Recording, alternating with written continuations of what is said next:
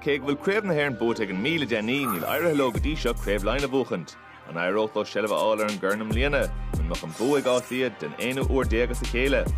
Bhí Tomás McIntyre a barc an crocaigh de lé Kenneth line TG4. Sracht amach chun máireach congracht an lína déirigh a chuid fachtain is Smith a sí seo déanamh dain séir. Anach an dain séir sa chluiche sa go dtí sa Ciara Smith. Craobh Conor is meachtar runsaí sa bhirrás an sula Craobh Conor cum dain séir a chu seo scuine sí fé bhád sa seo an síú bhát.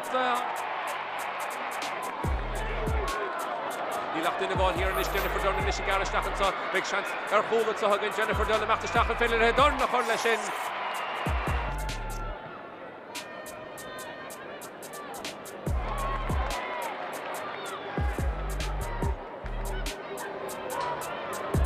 Big year of the Lervard and so will achieve can let Taft on the home to see it congracht an lína and pull a bolt to see it Chiu out son.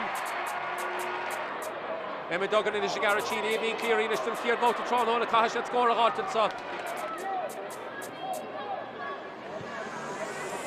Okay, here Christian Mar pass and counts short to stack and Joe Heatherton finishing count she's so the score attack and score as fair and go ahead try on a Ganisa will on Harrison Glasnall.